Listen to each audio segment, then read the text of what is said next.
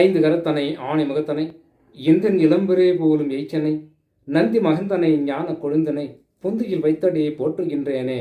நாளின் செய்யும் மனிதானின் செய்யும் என நாடி வந்த கோளின் செய்யும் கொடுங்கோற்று என் செய்யும் குமரேச சிறு தாளம் சிலம்பும் சதங்கையும் தண்டையும் சண்முகமும் தோலும் கடமும் எனக்கு முன்னே வந்து தோன்றிடினே. சர்வமங்கல மங்கல்ய சிவ சர்வார்த்த சாதிகே சரண்யே திரியம்பிருகே கௌரி நாராயணி நமஸ்துதே. ஞானம் நந்தவனம் தேவம் நிர்மலம் ஸ்படிகாக்கிருத்தியம் ஆதாரம் சர்வ வித்யா நாமய கிரீவம் உபாஸ்மகே. வணக்கம்.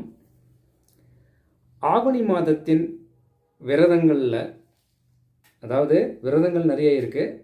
அந்த விரதங்களில் மிக முக்கியமான சிறப்பான விரதம் இந்த ஆவணி மாதத்தில் எது செஞ்ச சிறப்புன்னா ரிஷி பஞ்சமி விரதம் இந்த மாதத்தில் தான் வரும். அதாவது ஆவணி மாதம் 23ஆம் தேதி 8/9/2024 அன்று ஞாயிற்றுக்கிழமை இந்த ரிஷி பஞ்சமி விரதம் வருகிறது. மிகவும் பிரசித்தி பெற்ற இந்த விரதம் பெண்களால் அவசியம் அனுஷ்டிக்கப்பட வேண்டிய விரதமாக இருக்கிறது. பெண்கள் வயதான காலங்களில் மாதவிடாய் காலங்களிலும் இந்த மாதவிடாய் காலங்கள் நீங்கியதும் சிறு வயது முதல் என்ன சொல்ல வருது பொதுவாக அப்படின்னா மாதவிடாய் காலங்களிலே ஏற்பட்ட தோஷங்கள் விலகுவதற்கு இந்த விரதம் மிக சிறப்பான விரதமாக கருதப்படுகிறது. அதே போல ரிஷிகளை பூஜிப்பதற்கும் அவர்களின் அருளை பெறுவதற்கும் இந்த நாள் மிக சிறப்பான நாளாக கருதப்படுகிறது.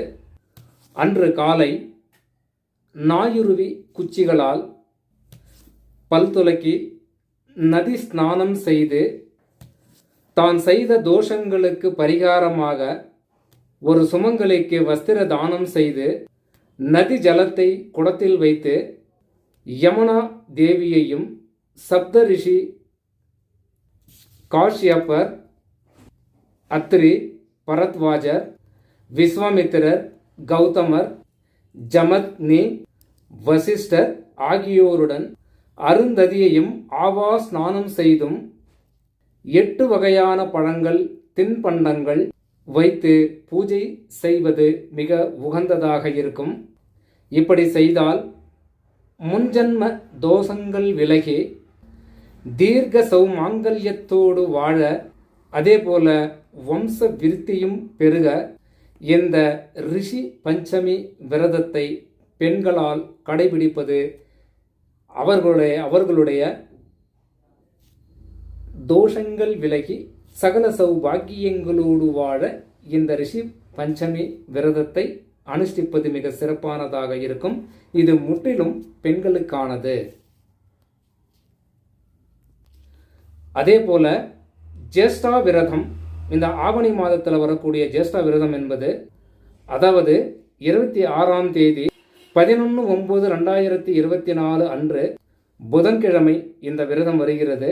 முதல் நாள் அனுசம் நட்சத்திரம் முதல் கும்பத்தில் மகாலட்சுமியான மூத்த சகோதரி ஜேஷ்டா தேவியை ஆவாகனம் செய்து அன்று கேட்டை நட்சத்திரத்தில் பூஜை செய்து அதற்கு அடுத்த நாள் மூல நட்சத்திரத்தில் கும்ப தீர்த்தத்தை நதியில் கலக்கி, அதாவது நதியில கலக்க வேண்டும்.